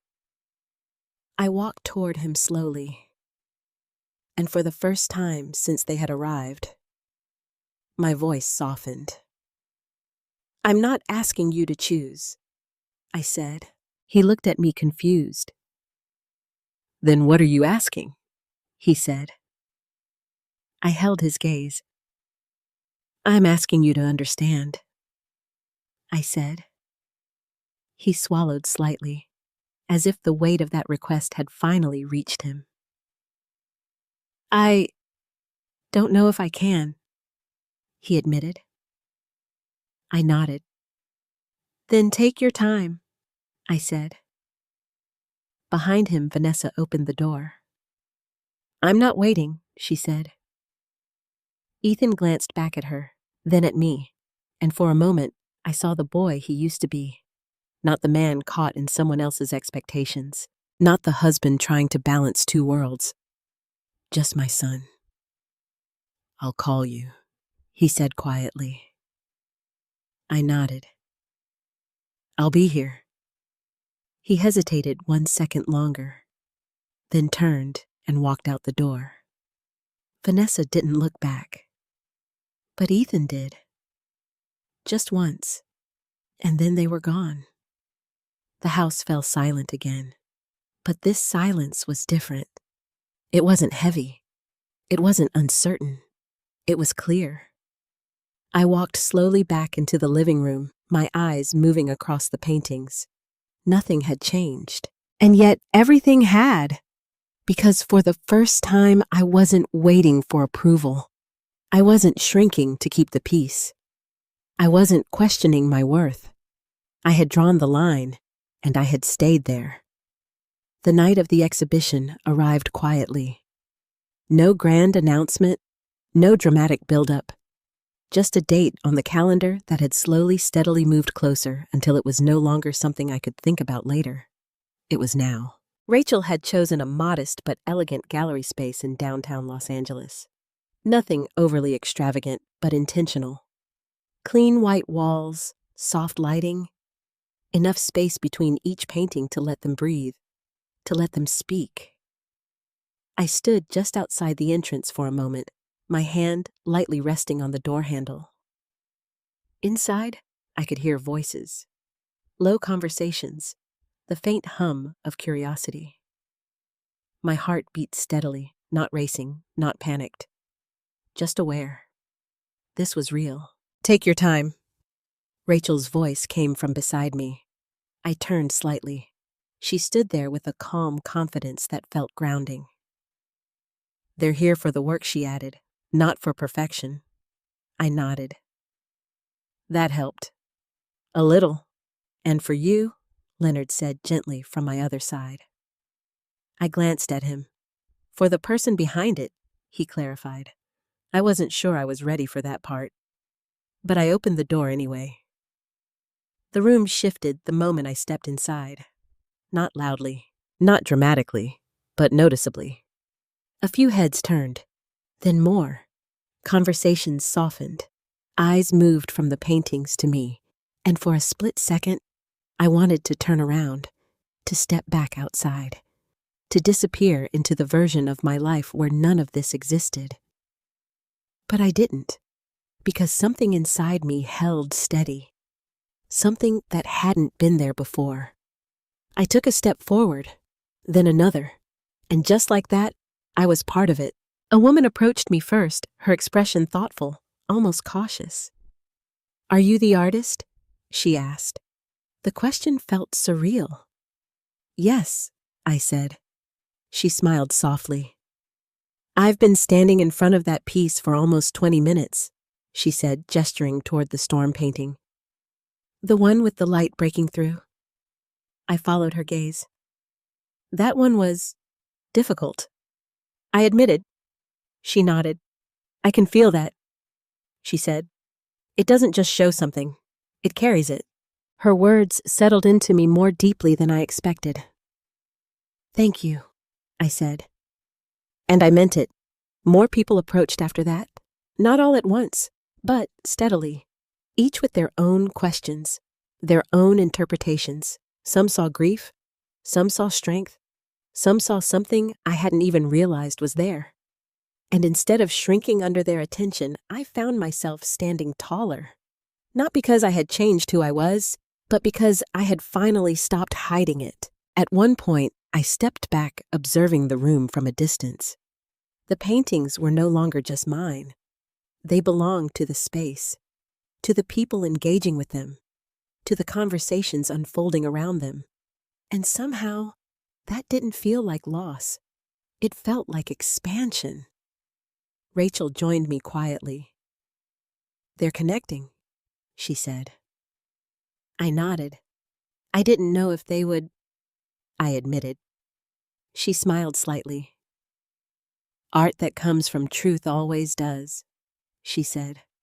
I let that settle, because it explained something I hadn't been able to put into words. Why Leonard had seen something. Why Rachel had believed in it. Why strangers were standing in front of my work and feeling something real. It wasn't about technique or style. It was about honesty. Later in the evening, Leonard approached me with a small nod.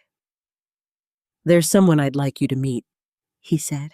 I followed him across the room to a man standing near one of the central displays. He looked to be in his 60s, well-dressed but understated, his attention fixed on a series of 3 paintings. "This is Daniel Whitaker," Leonard said. "A private collector." The man turned, extending his hand. "Your work is remarkable," he said simply. "Thank you," I replied, meeting his handshake. "I've been collecting for over 30 years, he continued, "and I can tell you, this kind of emotional continuity is rare." I wasn't sure how to respond to that, so I didn't try to. "I'm particularly interested in this series," he said, gesturing again. "The transition between the first and second piece. It's subtle, but it carries a shift that most artists would overstate." I felt a small spark of recognition, because that shift had been intentional, but quiet. "I'd like to acquire them," he said. Just like that. No hesitation, no negotiation. My breath caught slightly. Leonard remained composed beside me. "Of course," he said. "We can discuss the details." Daniel nodded. "I'd also like to attend any future exhibitions," he added. "If this is the beginning, I'd like to see where it goes." I watched him walk away, my thoughts catching up to the moment. This was happening, not as a possibility, not as a hope, but as reality. I turned to Leonard.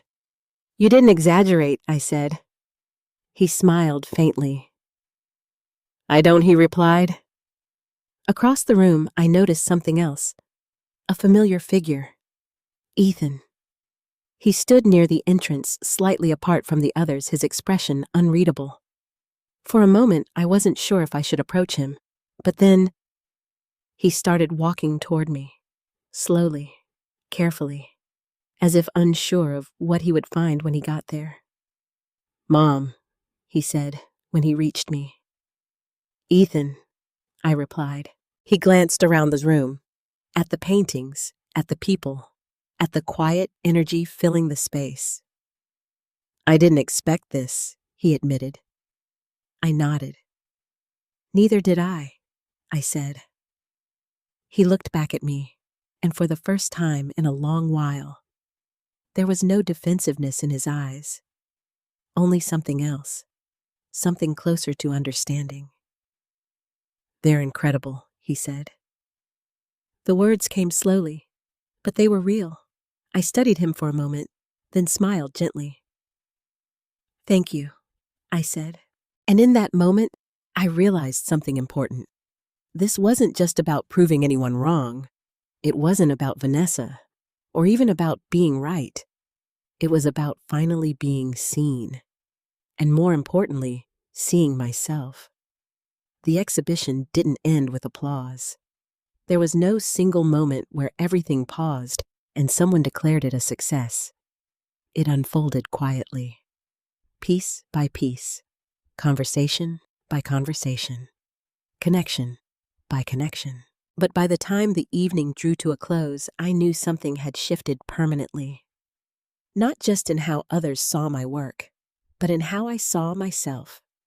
The days that followed were filled with things I was still learning how to navigate: emails, phone calls, requests, questions, interest. Real, tangible interest.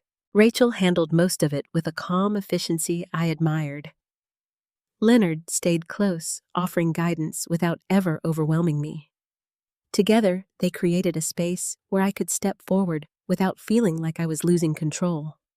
And for once in my life, I didn't feel like I had to catch up to something. I was exactly where I needed to be. It was 3 days after the exhibition when Vanessa called. I stared at the screen for a moment before answering. "Hello?" There was a pause. Then, "Abigail," she said. "Not Mom. Not even a polite greeting. Just my name." "Yes," I replied.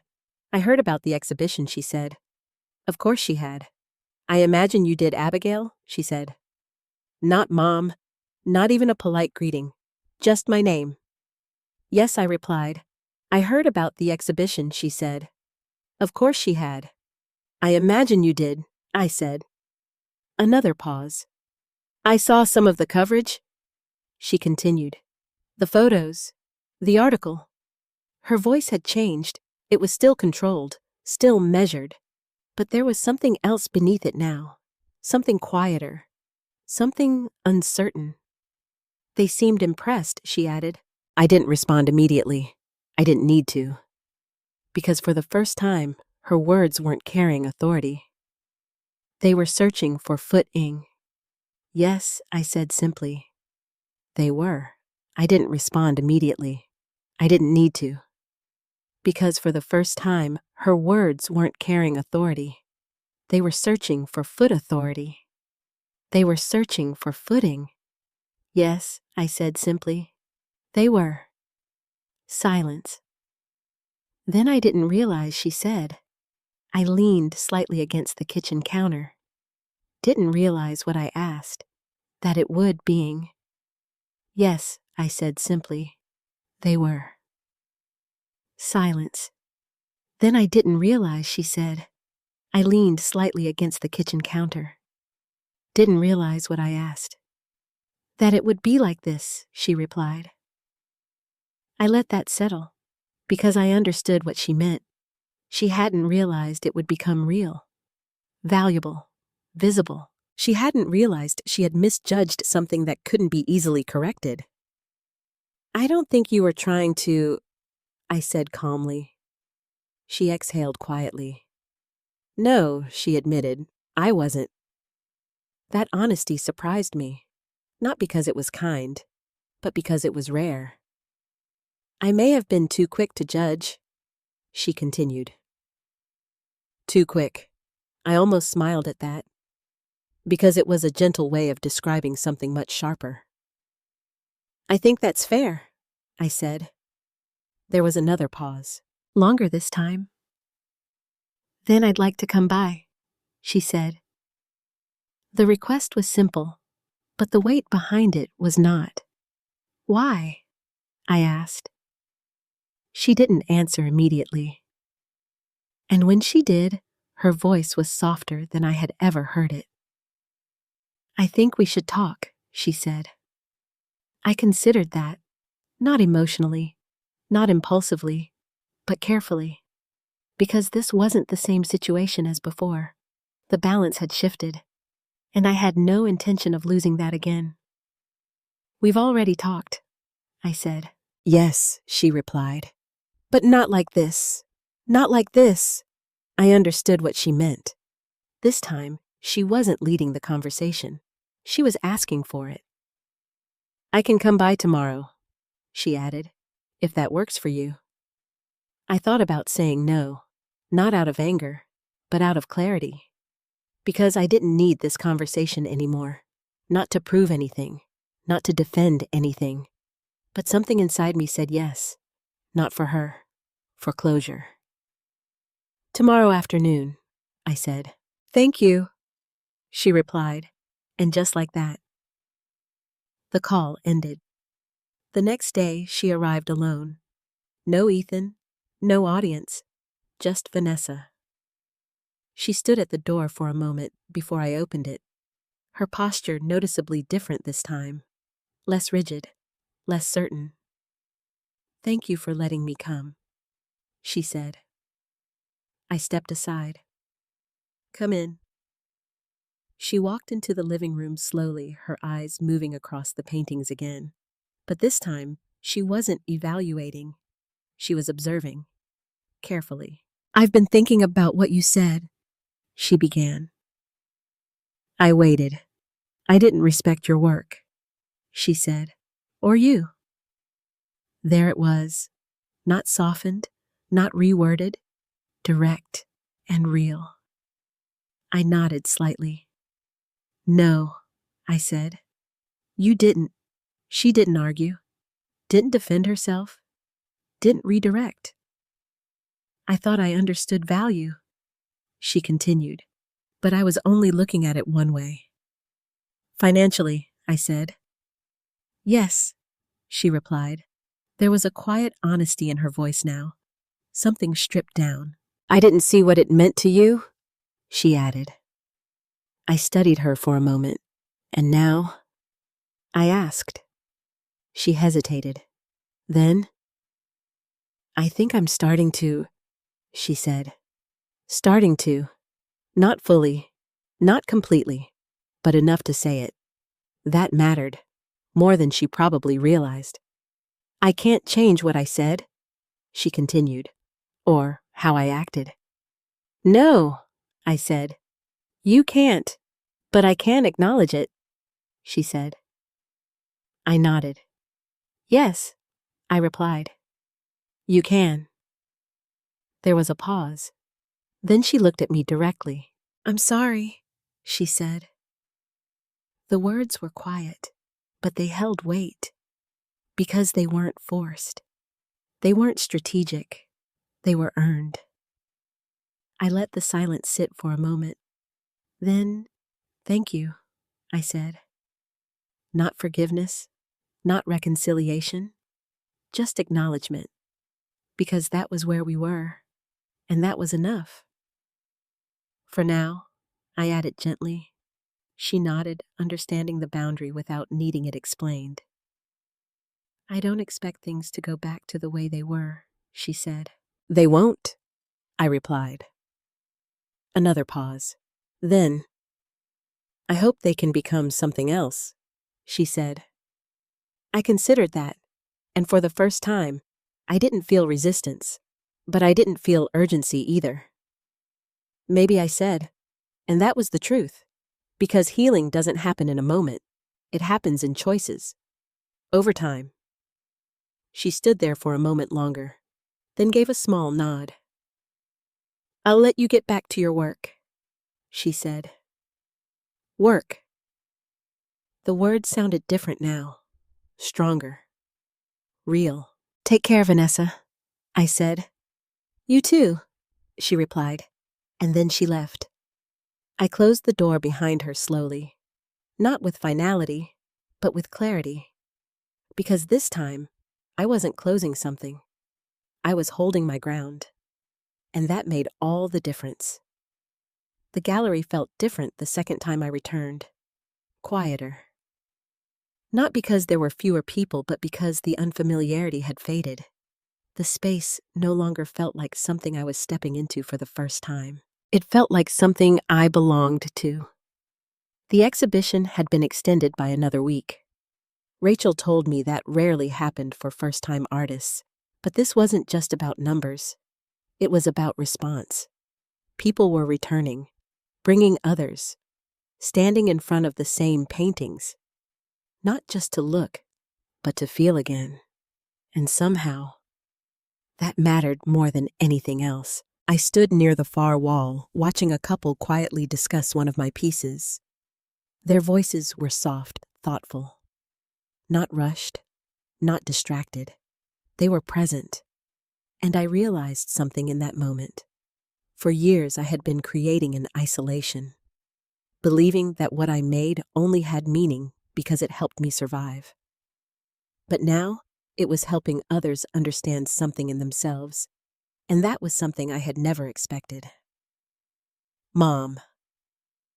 I turned at the sound of Ethan's voice. He stood a few steps behind me, hands in his pockets, his posture more relaxed than the last time I had seen him. There was no tension in his face, no uncertainty, just something softer. "I'm glad you came," I said. He nodded. "I almost didn't," he admitted. I smiled faintly. "I know." He looked around the gallery, taking everything in more slowly this time. "I've been here before," he said. "After opening night. That surprised me." "You didn't say anything," I replied. "I didn't know how to," he said. I studied him for a moment, and now I asked. He exhaled quietly. "Now I think I understand," he said. There was no defensiveness in his voice, no attempt to explain away the past, just honesty. "I didn't take it seriously," he added. "Your work, what it meant to you." I nodded. "I know." He looked at me. "And I should have," he said. The words were simple, but they carried weight, because this time they weren't prompted. They weren't defensive. They were chosen. "I'm proud of you," he said. And for a moment, everything else faded. Not because his words defined my worth, but because they reflected something real, something that had changed. Not just in me, but in him. "Thank you," I said. He smiled slightly. "I brought someone," he added. I followed his gaze toward the entrance. Vanessa stood there, not in the center of the room, not commanding attention, just standing, observing. She met my eyes for a brief moment, then gave a small nod. It wasn't dramatic. It wasn't emotional, but it was respectful, and that was enough. I didn't walk over to her, and she didn't walk over to me. We didn't need to, because some things don't need to be spoken again. They just need to be understood. The evening continued quietly. People came and went. Conversations unfolded, sales were finalized, future opportunities discussed. But I found myself stepping away from all of it at one point, standing near the center of the room, looking at the paintings one last time. Not as pieces to be sold, not as proof of anything, but as chapters. Each one holding a part of who I had been and who I had become. Leonard approached me, then his expression calm. "It's been a good week," he said. "Yes," I replied. "It's only the beginning," he added. I nodded slowly. "I know," because for the first time, I truly believed that. Not as a possibility, but as something already in motion. Later that night, after the gallery had closed and the lights had dimmed, I returned home. The house felt familiar again, warm, quiet, but no longer heavy. I walked into the living room where fewer paintings remained now. The space was more open, more empty, but it didn't feel like something was missing. It felt like something had been set free. I moved toward the easel. The canvas waiting there was no longer blank. It had grown over the past few days, layer by layer, color by color. Not rushed, not forced, just unfolding. I picked up a brush, paused for a moment, then continued. Because this time, I wasn't painting to prove anything. Not to Vanessa, not to Ethan, not to anyone. I was painting because it was part of me, and for the first time in a very long time, that was enough. For years, I believed that worth had to be recognized by others before it could truly exist. That if something wasn't validated by family, by society, by the world, then maybe it didn't matter as much as I thought it did. But I was wrong. What I've learned is this: your value doesn't begin when someone else sees it. It begins the moment you stop questioning it. I let doubt into my life because it came from familiar voices. Voices I trusted. Voices I loved. And because of that, I almost walked away from something that was never meant to be measured by approval. But here's the truth. Not everyone will understand what you create. Not everyone will respect what you build. And not everyone will see you clearly. That doesn't mean you're invisible.